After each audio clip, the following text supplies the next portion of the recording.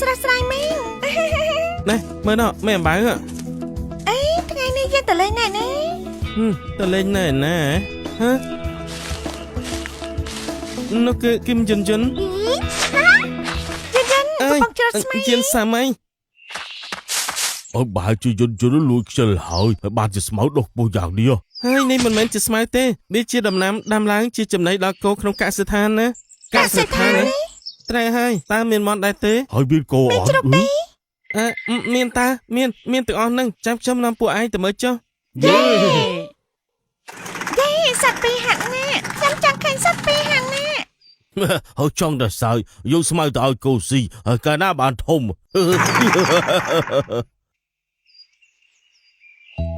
ទាំងអស់គ្នាមកដល់កសិដ្ឋានរីករាយហើយ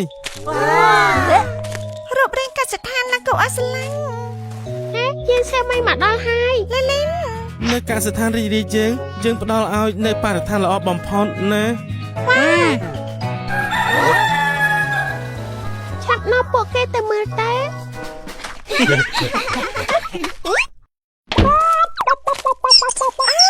មិនបានជាមន់រត់ចេញ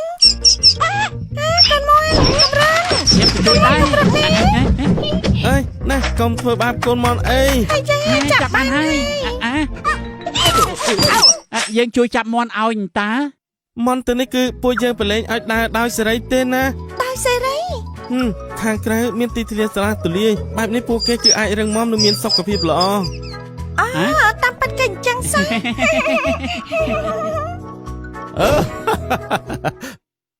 ជាចាំបោះដើរហើទ្រង់ត្រូវតែមាន3ថ្នាក់បើថ្នាក់ដាក់មាត់5ក្បាលអត់ទេបើថ្នាក់ដាក់មាត់10ក្បាលទៅបែបនេះទើបជាចាំបត់បានច្រើនប៉ុណ្ណឹងក៏មិនចេះគិតដែរវ៉ៃ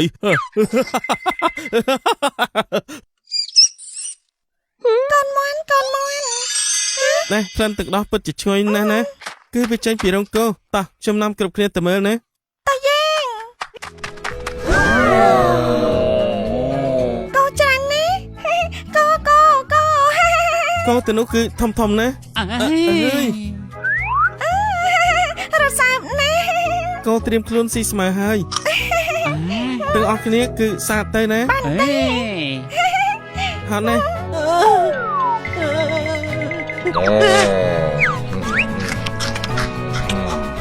ដាក់ចំណៃឲ្យគោគួរឲ្យខ្លាចស្រួលដូចបោះចេកអញ្ចឹង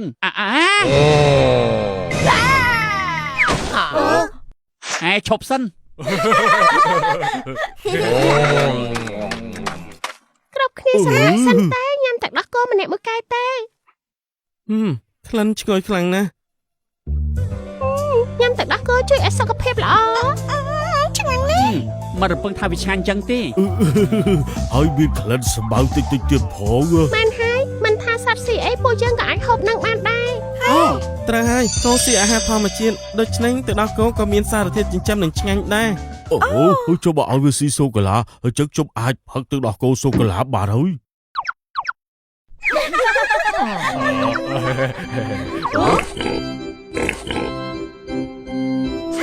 ខាងណាច្បាស់ជារងជ្រោកតើបើយ៉ាងទេជ្រោកមានតន្ត្រីស្ដាប់ទីន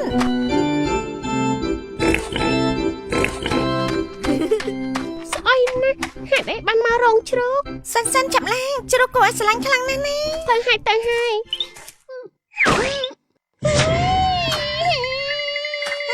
មានរឿងអីណាកើតអីបានស្រែកលេមួកជ្រោកគ្រប់កន្លែងលេមួកជ្រោកណាគ្មានទេស្អាតណាស់មិននឹងអាចទេណែតាមទស្សនៈរូបវិទ្យាអ្វីក៏មិនអាចបាត់ទៅភ្លាមទេឯងស្អប់ជ្រូកតាមមែនទេទើបនិយាយអាក្រក់ពីជ្រូកកូនសេកសិនឯងកុំចឹងអីជ្រូកគួរស្រឡាញ់សឹងអញនេះយ៉ាមិនអីទេបើវាបាត់ដល់គឺវាបាត់ហើយ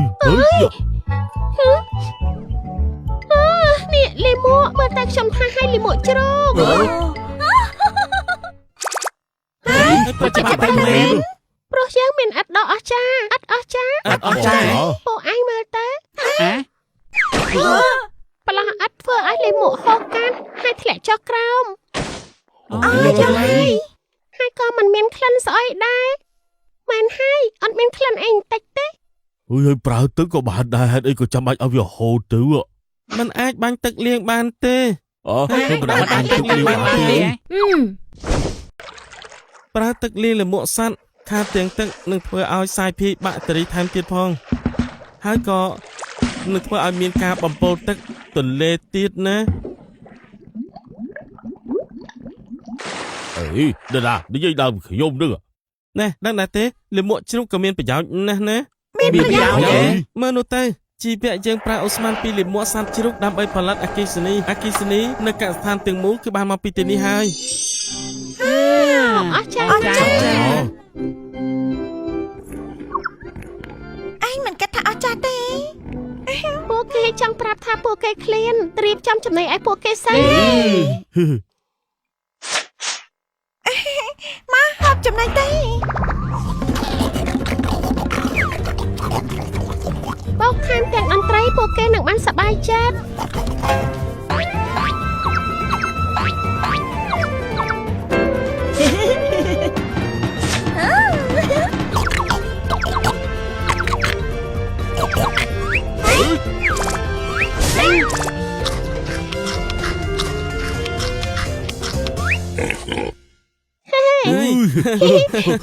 ពិតជាសប្បាយ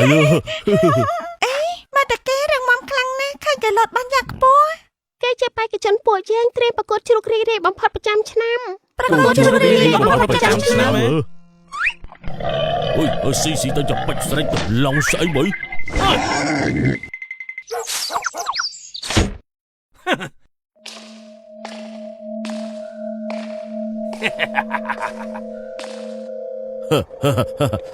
មកសៅសាច់សុតមួយស្លាបព្រា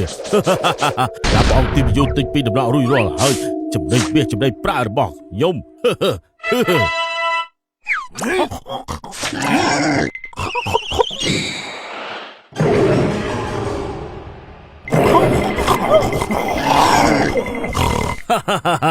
ការប្រគល់ថ្ងៃស្អែកខ្ញុំច្បាស់ជាឈ្នះ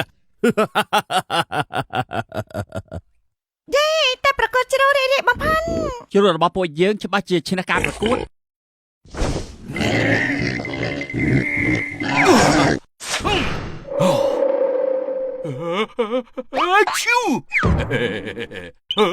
ជ្រូករបស់ខ្ញុំ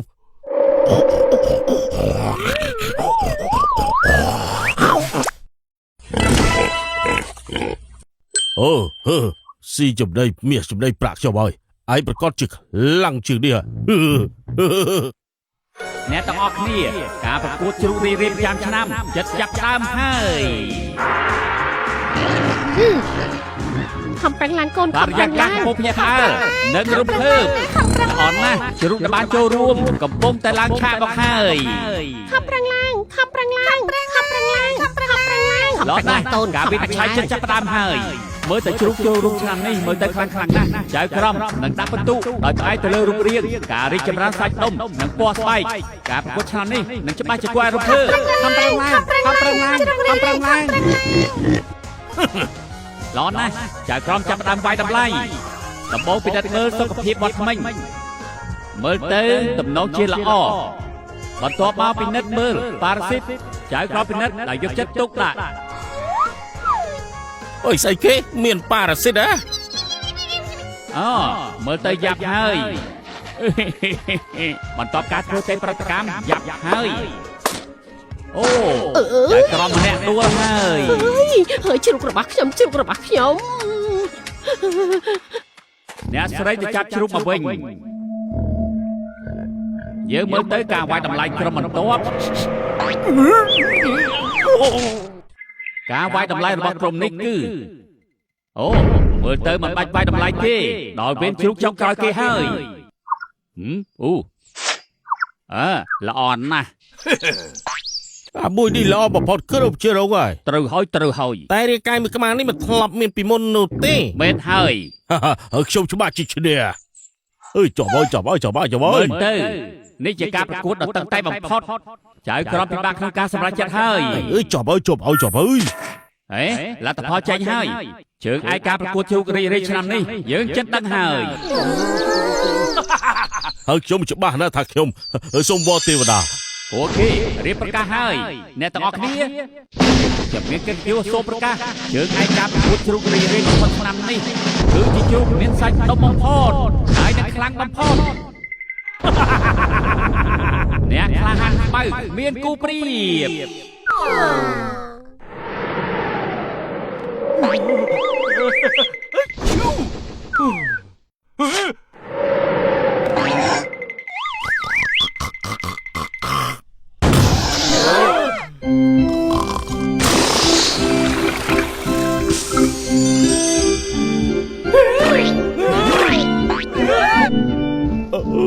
ចប់ហើយ ចាញ់ហើយលទ្ធផលតេស្តចាញ់ហើយ ចប់ហើយការប្រើប្រាស់ម្សៅសាច់ខុសច្បាប់និងប្រើថ្នាំអង់ទីប៊ីយោទិកលើសកម្រិតធ្វើឲ្យជ្រូកពិបាកជាសះពីជំងឺការដាក់ម្សៅសាច់ឲ្យគេបែបនេះអាចនាំឲ្យគ្រោះថ្នាក់ដល់មនុស្ស គឺខ្ញុំជប់